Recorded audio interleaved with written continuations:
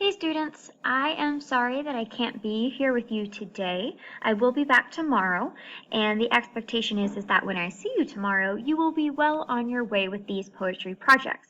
So the purpose of this video is to help you get started and answer any questions that you might have. Now, the overall description of this project is that you will take a poem, you will analyze it, and you'll create a presentation to teach your fellow students or peers about this poem. So you have already selected a poem, and you have already completed your TP-cast analysis of that poem. So next, you need to create your presentation using either Prezi or Google Slides, and this presentation should last about 8 to 10 minutes. It might go over a little and even in towards 12 minutes, but it should stick around that time max or a min. So next, let's talk about the purpose. So the purpose includes helping students gather historical information on World War I, help students review literary devices, and help students understand what characteristics their World War I poem should have in order to be successful. And World War I poems include literary devices, historical background, a focus on a hero, and appropriate tone. Now, all of these tools are going to help you when going into your next project, which is your final unit project, where you design a monument, which you kind of see mentioned here. So the purpose of this presentation is, one, to practice your use of literary devices, which we talked about will help you when going into your junior year, but is also giving you the building pieces that you need in order to complete your unit project rather. So now, there are 5 parts that are required to go into your presentation. So let's talk about all 5 parts. So your first part is task 1, which is the focus. This will last about 30 to 60 seconds of your presentation, and this is what you'll open your presentation with. So the one student who's responsible for task 1, will need to find the most important stanza in the poem, and then create an animoto that includes the lines. And the animoto should also include images that help viewers better understand the meaning of the lines. And this section of the project should be used to, as I said, open the presentation, and therefore make sure it helps make the primary message of the poem clear from the very beginning. So essentially what you're doing here is you're going to use the Animoto tool, or any other tool if you prefer a different tool, and you're going to kind of highlight the most important stanza from your poem. This is very similar to the earworm projects, where you're going to have the lines of the poem with images in the background that help better convey the meaning of those lines. So this is the first task that you will need to complete. The next task, another individual in your group will complete a summary that's about 4 to 5 minutes long. The summary should explain what occurs in the poem, should be in chronological order, should mention and briefly explain the tone of the poem as a whole, and should summarize every point of the poem. So it's similar to the translation.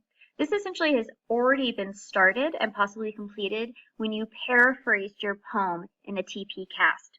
So a great deal of this will be just transferring that information over and making it presentable. Task 3, another individual in your group will complete a historical background of the poem, and that will last about 2 to 3 minutes during the presentation. You need to identify the author of the poem and give biographical information important to understanding the poem. Therefore, when you pick facts about them, please make sure they're facts that help us better understand why they wrote the poem and what the poem is about. There should be a correlation there. It just shouldn't be random biographical information that doesn't apply to the poem. You need to find 4 points in the poem that requires historical information to understand. A great place to look for this is allusions, but also just any historical information that can help us better understand what the poem is about. And you'll need to have 4 bullet points on this. You'll need to create a slide for each of the points mentioned up here that includes historical information necessary to understanding the poet's message. And so examples of these slides might be on mustard gas, allusions to a leader, the country's involvement in the war, and so forth. So this might not be one slide, similar to task 2. That's not going to be one slide. These are going to be multiple slides. So your next task is focusing on the literary devices, which will take 4 to 5 minutes to explain. You need to find 4 poetic devices used in the poem, identify what lines the devices are used in, and explain the meaning behind the devices, the how and the why. Again, this should have already been completed in your TP cast for the connotation section. Please make sure you use those to successfully complete these slides. So an example of what a successful slide might include is the author uses metaphor to compare the soldiers to pigs. As you can see in line 3 and 7 from the poem, and you'll show the specific lines on the Prezi and point to them, this is not to make the soldiers seem rude and evil. Instead, the poet is developing the image of pigs going to the slaughterhouse. Readers should feel sorry for the soldiers who are being killed by the thousands for no reason. Also, readers should be angry at the leaders of the country who are allowing their innocent young men to be killed mercilessly. This is what the student should say. This is what they are saying. This is not what's on your slide. But the purpose of this is to kind of show how you need to explain what the device is, where it occurs in the poem, how it occurs in the poem, and why it's in there. So next is task 5, which is your last task, and it includes the conclusion and theme, where you need to identify the theme of the poem and explain how this reveals the author's message on war. So now I'm not sure what these boxes are, just ignore them, but here is an overview of all the tasks you need to complete. You need to have your focus, your summary, your historical background, your poetic devices, and your conclusion and theme.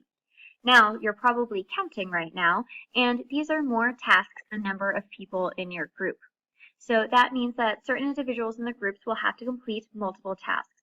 Please make sure you divide these tasks fairly amongst your group members.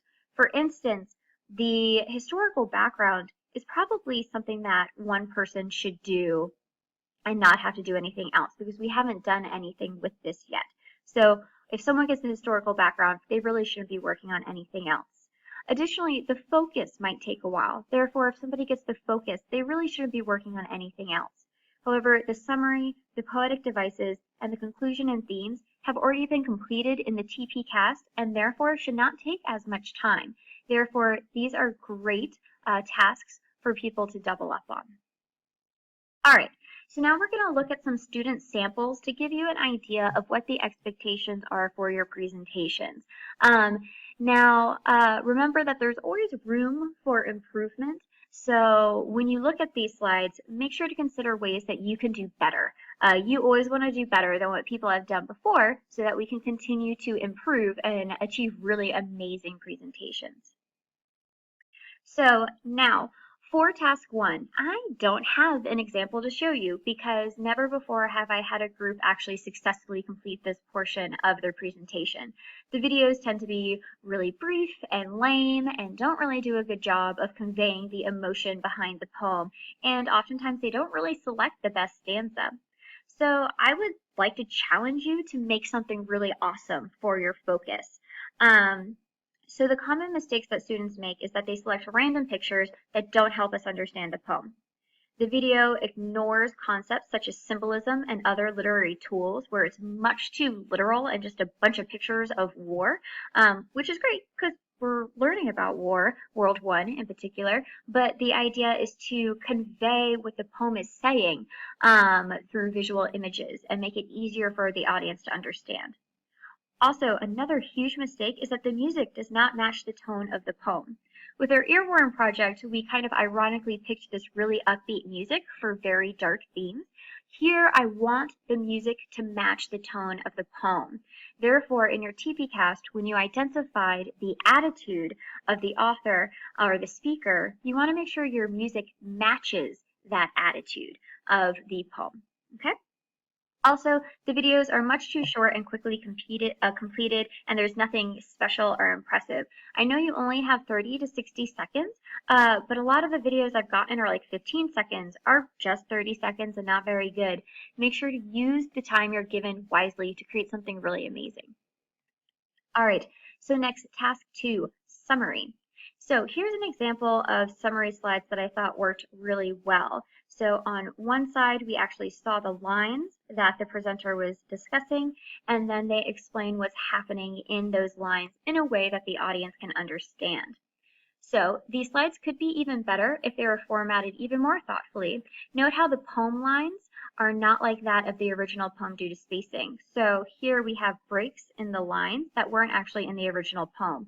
The creator of this slide should have moved this red line over a little so that this actually looked like the original poem, and then they could match this to go directly to the corresponding lines. But this is a good example of a place to start. Next, historical background. So here, the individual who made this, they have their title, they have an image, and they have great information. The author, Isaac Rosenberg, fought in World War I in the trenches on the Western Front in France. He did not want to fight in the war because he didn't believe in the war. He was killed in 1918 while on night patrol. He wrote many of his poems in the trenches, sending them home with letters to his family. This is really interesting information on the author, and it's all relevant to why he wrote the poem that he did. However, what would make these slides better? Really, they need to use the 3x5 rule. This needs to be put in bullet points with more concise information that the speaker can then say more thoroughly when presenting. So really, the student should be saying this, but what should be on the slides is in 3.5 or 3x5 bullet point rule. Also, in-text citations are missing that will correspond to the works cited page at the end. You need your in-text citations, please. Make sure to do that. All right, next, more historical background. So another thing that students have to do is reference something mentioned in the poem. So for instance, puppies, I know, is mentioned in one of the poems, and that's a huge historical point. So here the author explains what the historical significance is to the poppies, and they even include their in-text citation. But what could they do better? Again, 3x5 rules, and also make sure you're doing in-text citations completely. This comma should not be here, and this should be a period, and there should be no period there. All right, next, literary devices. So here the student chose to do irony, and they have this amazing analysis of how irony works in their poem. But it was really difficult for the audience to follow when the student was presenting the information. Therefore, this presentation art slide should have been in 5x3 bullet points, which means there's 5 bullet points with about 3 words on each to explain this information. And then they would have said this. Now, if you really want me to see this, you can include this slide in your presentation, but skip over it when presenting and just leave it for me to grade. However, this really should be said and then have bullet points that correspond. Okay, here's another example of a student who analyzed metaphor. They did a great job. There's nothing I would change about this slide. They have the line where it comes from, they have a bullet point about how it works, and they have a bullet point about why the author would do it. And then the student gave really thorough explanations using these bullet points. I thought it was really, really great. So again, what made it even better was how the student presented the slide. She used the bullet points to give a thorough and amazing verbal analysis of the metaphor used in the poem. I guess she could have also included a slide with a paragraph analysis to take it to the next level, but again, she wouldn't have presented that. That's just something I would use to grade. All right, last but not least, task 5, conclusion and theme, which takes 1 to 2 minutes. The theme, an example of a theme is the strength of a father and son bond. So you're going to want to pull out a theme from your poem and then include lines that show that theme, which you can use when explaining and proving that that is in fact the theme of your poem. Then you want to go to message, and remember, theme feeds into message. It is the author's opinion of this theme. So for example, a message corresponding to this is war destroys lineages of family within individual towns, such as the bonds between fathers and sons. And then I would prove this with backup information. I would talk about how in World War I, young men of an entire town would be in the same unit, and therefore they may all die, and that this would end bloodlines, which was considered a great tragedy.